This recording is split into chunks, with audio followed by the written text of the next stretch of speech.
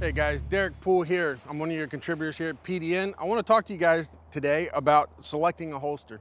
I see a lot of the questions that come in, and one of the most common that comes in, especially from the new shooters out there, is selecting a holster. What's the best holster? Well, really, selection of a holster is a pretty personal thing. And when I reply, I tell them, you know what, you want to make sure that we meet 4 criteria when selecting the holster. I got a bunch of different holsters here laid out to go over the different aspects. So let's look at it. The first thing you want to do when selecting a holster is you want to make sure you select a holster that completely covers the trigger of the firearm, right? We don't want anything to be able to get into that trigger guard area to discharge the firearm while it's holstered.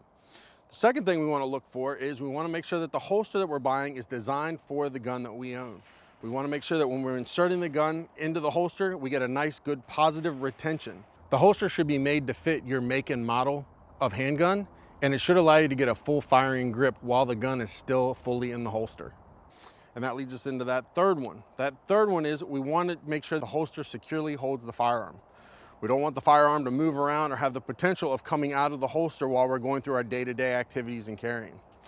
And the fourth and final one is we want to make sure that the holster retains the position on our body. So at the beginning of the day, if we're a strong side hip carrier, we put that holster on, we go out and do our daily activities. We don't want to spend half the day pulling the holster back around or readjusting. We want it to stay in place.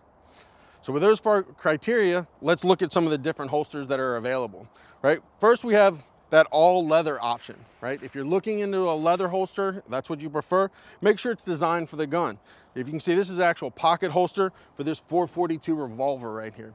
You know, you have a clear gun, right? We're going to close the cylinder and we're going to insert it into the holster. As you can see, there's an actual imprint of the gun. So when we put this in our pocket, if you're pocket carrying, that is going to securely hold the gun. Our trigger is completely covered, and it's going to actually, the way it's designed, it's going to fit into our pocket and not allow this thing to move around while it's in the pocket. So leather is one option. So this is a leather holster for the pocket, but you can also get leather for outside the waistband, inside the waistband, and so forth.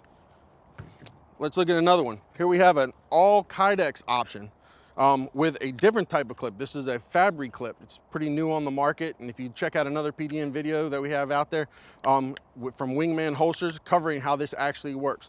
But for this one, this is designed for our Glock 43, right? When I insert the gun into the holster, you can hear that nice positive click that is going to retain the gun in the holster.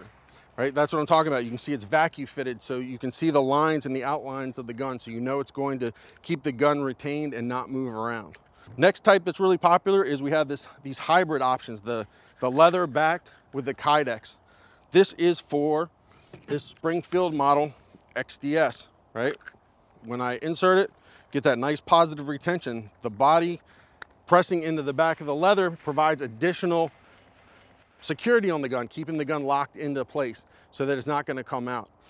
As you can tell, this is another clipping portion. We have an ulti clip here. It has a single clip, but when it goes down over the belt and locks into place, that's going to prevent the gun from moving around.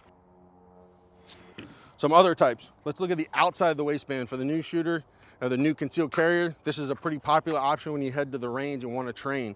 This one has belt loops. Belt loop attachments. When you put this on, this has a tendency to move maybe a little bit around, but when you set it, we want to set the belt loop in between these loops so that it has a distance it can't move too far on us. But again, Kydex, it's actually molded to fit a Glock, right? So when we insert this into our holster, nice lock into place.